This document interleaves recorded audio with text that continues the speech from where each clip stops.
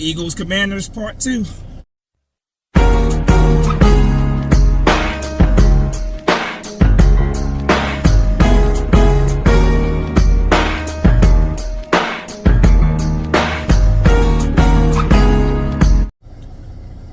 What's going on, everybody? Spunky Dice. I want to come you guys another video. Come at you guys for my Eagles Commanders Week 8 preview. So the Eagles coming to this game after a big win against the Miami Dolphins last Sunday night. A game that the Eagles needed. You know, they needed to make a statement that game after what should not have been a loss the previous week against the Jets. But the Eagles had to make a statement, and they did that. Eagles coming to this game with a 6-1 record. The last time they saw this Washington Commanders team, this team took them into OT where the Eagles had to win the game in overtime. It was an absolute dogfight of a game, and it's usually that way with Washington. I don't know what it is for Washington. It's normally a dogfight. Like, it's weird because Washington tends to lose to the Giants. The Eagles tend to always beat the Giants. The Giants tend to get blown out. They tend to not just lose to the Cowboys, but get blown out by the Cowboys. And the Eagles tend to split with the Cowboys and Washington. It's kind of weird how it works. But whenever we play this Washington team, it's always a dogfight. We beat them the first meeting last year, and then they beat us the second meeting on Monday Night Football. A game of which was our first loss of that season. This year, I got the Eagles going with the sweep. I think the Eagles are a much better football team now than they were the first time they played Washington a few weeks ago. They are a much better football team. Defense is gelling, playing very well. I got the Eagles win this game. Now, are we gonna blow Washington out? I don't expect that to happen. I don't see us blowing them out. I think it's gonna be another NFC East dogfight, which they tend to be dogfights. But the Eagles, the talent. We are the better football team. Sam Howell, their quarterback, is the most sacked quarterback in the league. The Eagles are third in the league when it comes to sacks. Last year, we were the number 1 sack team. There's only 2 teams ahead of us right now when it comes to sacks. So, this team is getting in their groove. This Eagles team is getting in their groove. Sean Desai has got he's got his defense playing better and better each week. Even in that loss against the Jets, the defense balled out in that game. So, yeah, with the third best defense in the league in terms of sacks, I think Sam Howell's gonna have a rough day. I expect him to make plays every now and then. Like I said, I don't expect this to be a blowout, but I do think our defense could definitely really go after this O-line of the Washington. And I got the Eagles defense, the D-line, getting him down a couple times this game. So with that said, like I said, Eagles, I expect to win this game. But I think it's going to be a close game. I think it's going to be a, if I had to say, 21-14 victory. It could be more, but I think our defense is gonna show up to play. I think our offense is gonna be generally decent in this game. So just being conservative, I think we can put up more than 21 points. Don't get me wrong, but I'm just being conservative there. I said the Eagles win 21-14.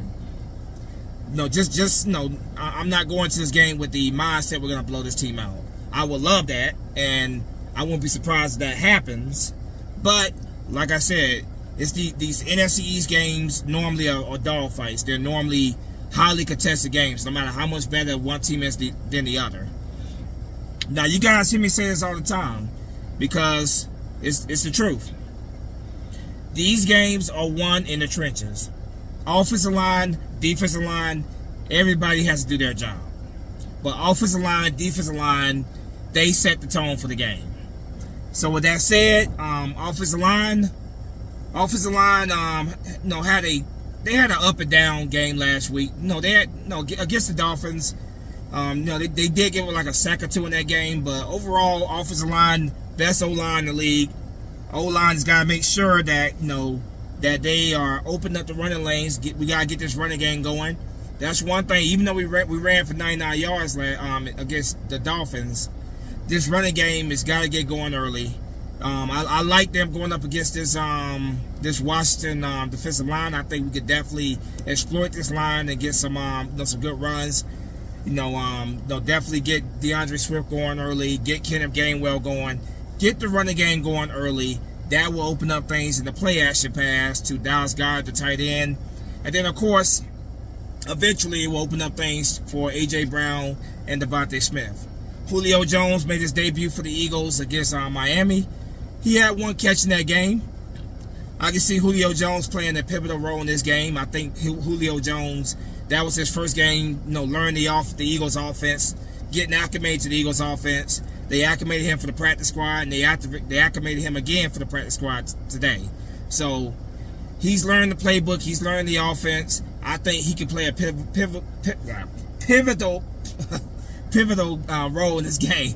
I think he definitely can play a very vital role in this game, especially in the red zone, which is what they brought him in for, especially in the red zone. Our offense, even though our offense moves the ball very, very well, one of our biggest struggles this year, which was one of our strengths last year, was finishing drives and scoring in the red zone.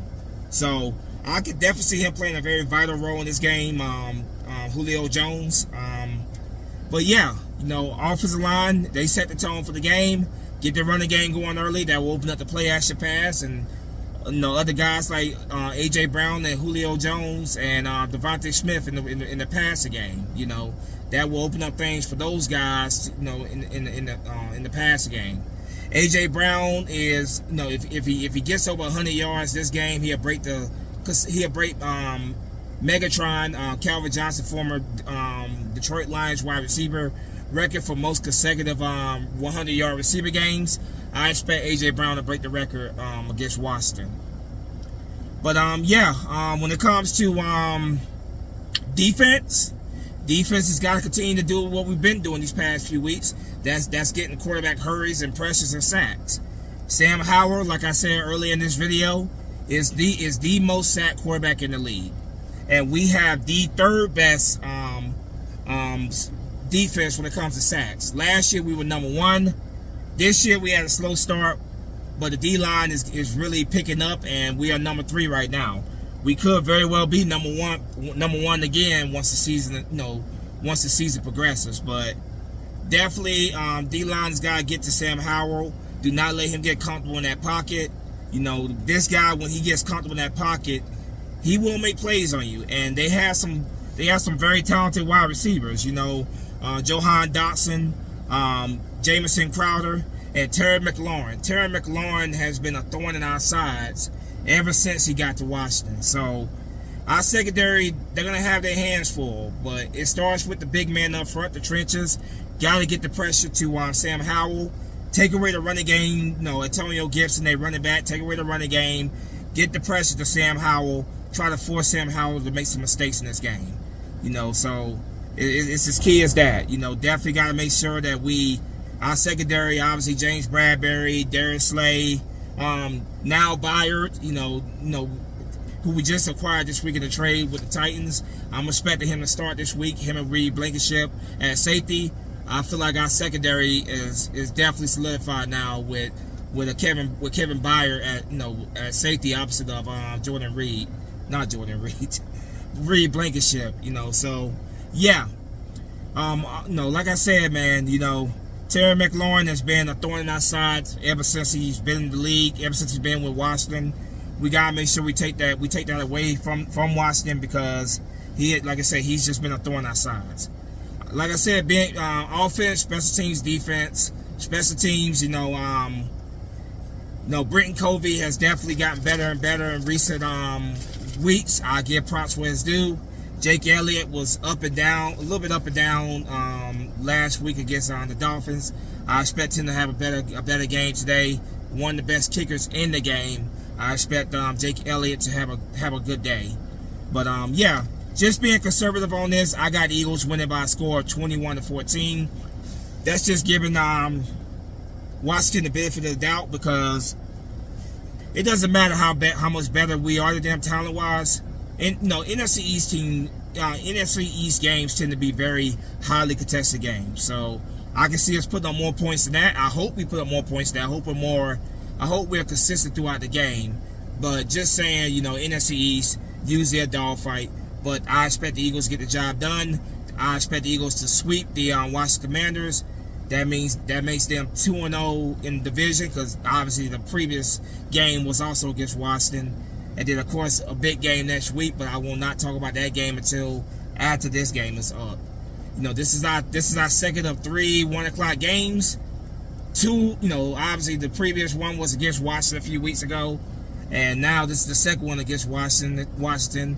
So after this, only one more 1 o'clock game. After that, it's nothing but late afternoon primetime game. So when the league puts you in that spot, that means that they expect you to be you're one of the better teams in the league, and that's why they want you in primetime. The better teams equal more money for the league, of course. But yeah, that's my preview for the game. Let me know what you guys think in the comment section. As always, go Birds. Spunky Nice on one side of here. Flag or fly. Peace.